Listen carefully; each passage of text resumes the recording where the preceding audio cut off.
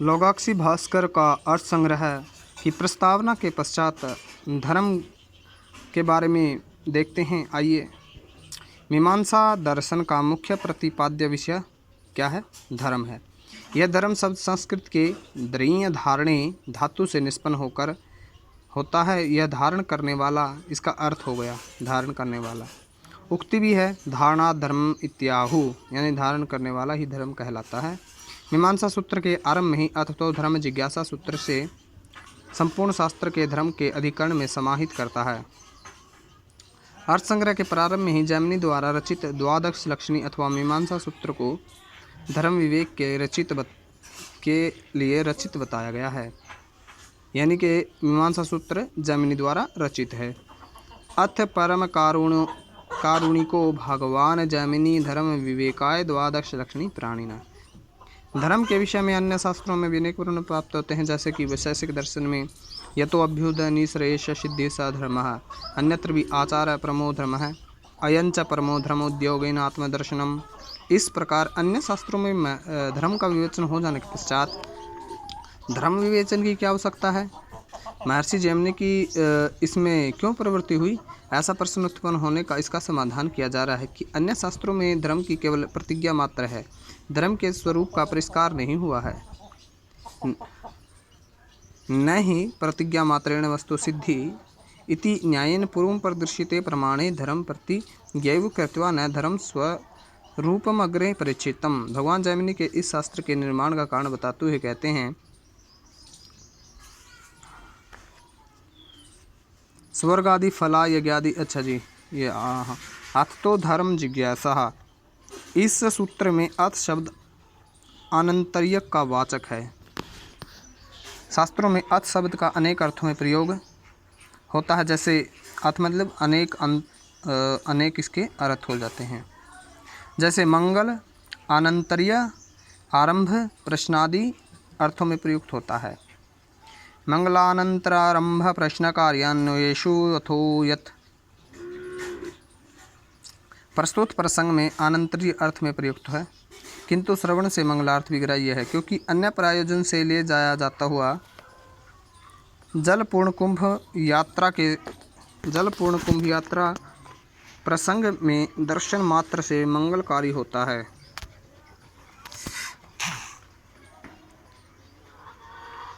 अथ शब्द का अनंतरीय अर्थ में प्रयुक्त होने से यहाँ किसी पूर्ववर्ती कर्म की अपेक्षा होती है, इसलिए यहाँ वेदाध्ययन भी पूर्ववर्ती कर्म है। अतः शब्द वेदों के दृष्टार्थक का बोध होता है शब्द। अच्छा जी, और यहाँ स्वाध्याय देते हुए इस अध्ययन विधि से यह निश्चित होता है कि वेदों का दृष्टार्थ उनका अर्थ ज्ञान ही है। इस प्रकार वेदों का अध्ययन कर लेने के पश्चात तथा यथार्थ आशय समझ लेने के बाद धर्म की जिज्ञासा करनी चाहिए, ऐसा अर्थ लेना होगा हमें।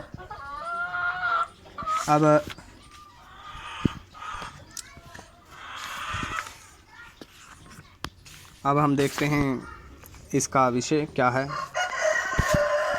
अब धर्म क्या है इस बारे में बताते हैं, इसके लक्षण क्या है इसके बारे में बताते हैं।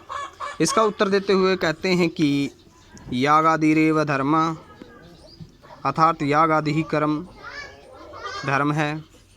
याग वेद विहित कर्म और वेद धर्म का द्योतक है, अतः वह वेद विहित याग कर्म धर्म हुआ। इसी के साथ वंदन आदि के धर्म होने का वारण करते हैं।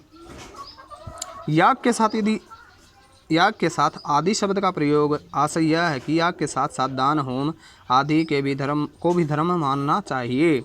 धर्म के प्रसंग में अन्य शास्त्रों में अनेक विवेचन द्रष्टव्य हैं।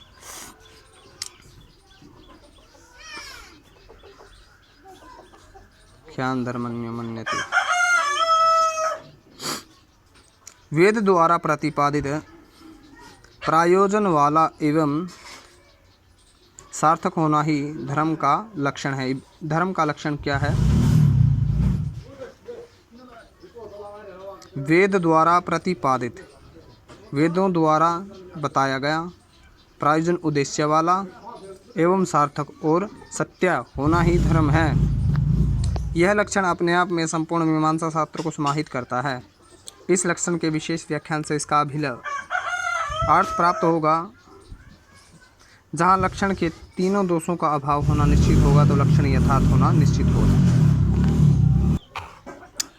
वेद प्रतिपाद्य प्रायोजनवदर्थो धर्मः। इस वाक्य में वेद प्रतिपाद्य प्रायोजनवत एवं अर्थ ये तीन पद लक्षण हैं तथा धर्म पद लक्ष्य है। धर्म के लक्षण के तीन पदों का क्रमशः परीक्षण करके इनकी उपयुक्तता देखते हुए व्याप्ति, अतिव्याप्ति एवं संभव इन तीन दोषों का अभाव प्राप्त होने पर ही लक्षण को यथार्थ माना जाए। इस प्रसंग में लक्षण के अव्याप्ति, अतिव्याप्ति एवं असंभव इन तीन दोषों के स्वरूप को जानना अति आवश्यक होगा। अव्याप्ति क्या है?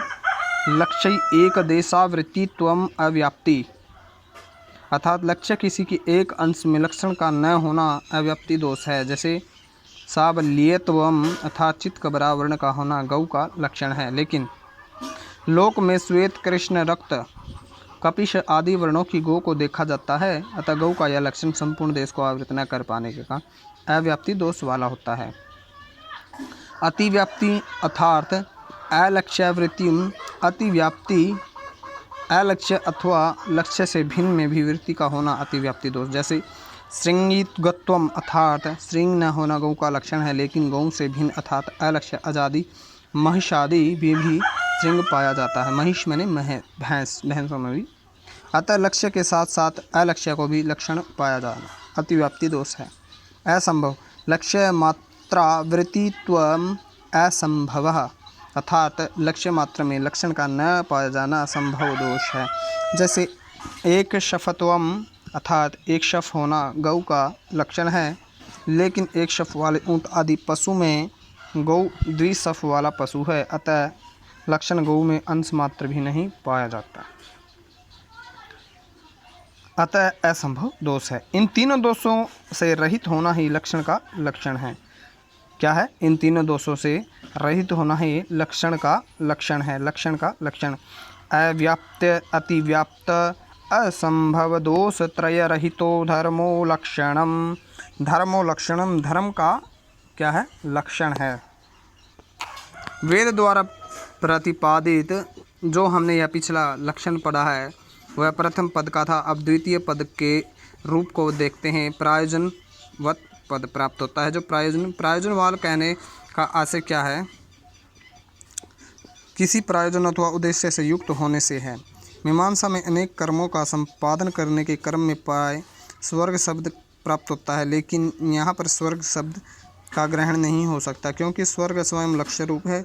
स्वर्ग आदि मुख्य प्रयोजन में अतिव्याप्ति न हो जाए, इसलिए यहाँ प्रायोजनवान शब्द का प्रयोग हुआ है। प्रायोजने अतिव्याप्ति आवरणाय प्रायोजनवत इति। अतः धर्म के लक्षण में प्रायोजनवान शब्द का प्रयोग करने से धर्म किसी लक्ष्य को प्राप्त करने का साधन है, क्योंकि साधन ही प्रयोजनवान हो सकता है, साध्य नहीं।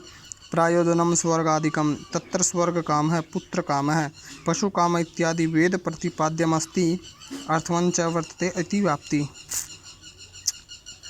ज्योतिष्टोम आदि याग धर्म हैं, ये स्वर्ग आदि फल प्राप्त करने में साधन का कार्य करते हैं। इस प्रकार प्रस्तुत लक्षण में प्रायोजनवान होने से धर्म का लक्षण सिद्ध होता है। अब तृतीय पद के लक्षण के रूप में पढ़ते हैं, ये क्या होता है?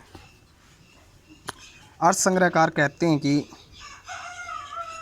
यदि धर्म के लक्षण में अर्थ पद को माना जाए, धर्म के अर्थ लक्षण में अर्थ को पद आ जाए, तो धर्म का लक्षण शयन आदि में अतिव्याप्ति होने लगेगा।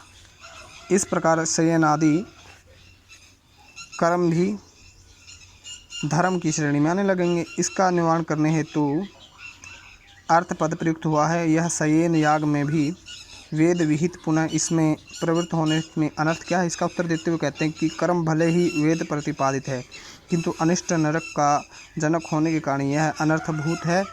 प्रश्न उठता है कि शयन याग नरक का जनक कैसे हो सकता है? शयन याग युद्ध के समय किसी राजा के द्वारा अपने शत्रु पर विजय प्राप्त करने हेतु किया जाने वाला क्या है? यज्ञ है। इस शयन याग के संपादन से शत्रु का नाश हो जाता है। इस प्रकार इससे यश की प्राप्ति होती है, लेकिन पाप कर्म होने के कारण शयन कर्म का अनुष्ठान करने वाले को प्रायश्चित कर्म करना पड़ता है, इसलिए नरक की प्राप्ति होती थी। इसलिए शयन याग अनिष्ट नरक की प्राप्ति का कारण होने से अनर्थभूत कहा गया है।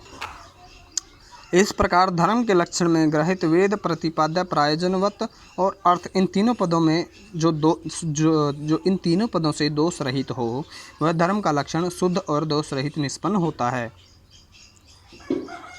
अब हम देखते हैं मीमांसा सूत्र के द्वारा प्रदत्त धर्म का लक्षण में चोदना लक्षणों अर्थो धर्म तथा अर्थ संग्रहकार के धर्म के लक्षण वेद प्रतिपाद्य प्रायोजन मदर्थो धर्म से में भिन्नता दृष्टिगोचर क्यों होती है?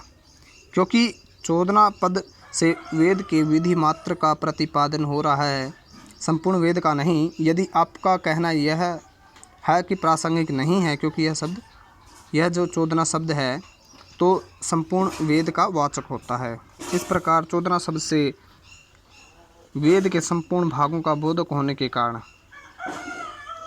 धर्म के दूसरे लक्षण से भिन्न नहीं तथा यह चोदना शब्द वेदों का प्रतिपादन होने से तथा वेदों का धर्म में तात्पर्य होने से सभी वेद धर्म के प्रतिपादक हैं, ऐसा मानना चाहिए। तत्रापि चोदना शब्दस्य वेद मात्र परत्वात् वेदस्य सर्वस्य धर्मार्थत्वेन धर्म प्रतिपादकत्वात् इस धर्म का याग के रूप में यजेत स्वर्गकाम की भावना से पुरुष को स्वर्ग प्राप्त कराने के उद्देश्य से विधान किया जाता है। इस प्रकार मीमांसक धर्म में धर्म का अत्यंत विस्तृत रूप में वर्णन प्राप्त होता है। मीमांसा दर्शन के प्रकरण ग्रंथ रूप में प्राप्त अर्थ संग्रह के प्रारंभ में संक्षिप्त रूप में धर्म का विवेचन प्राप्त होता है, लेकिन धर्म को उसके यथार्थ रूप में व्याख्यायित करने के लिए पर्याप्त है। धर्म के विवेचन के प्रसंग में अथतो धर्म जिज्ञासा याग आदि रेव धर्म वेद प्रतिपाद्य प्रायोजन वदर्थो धर्म है चोदना लक्षणों अर्था धर्म है।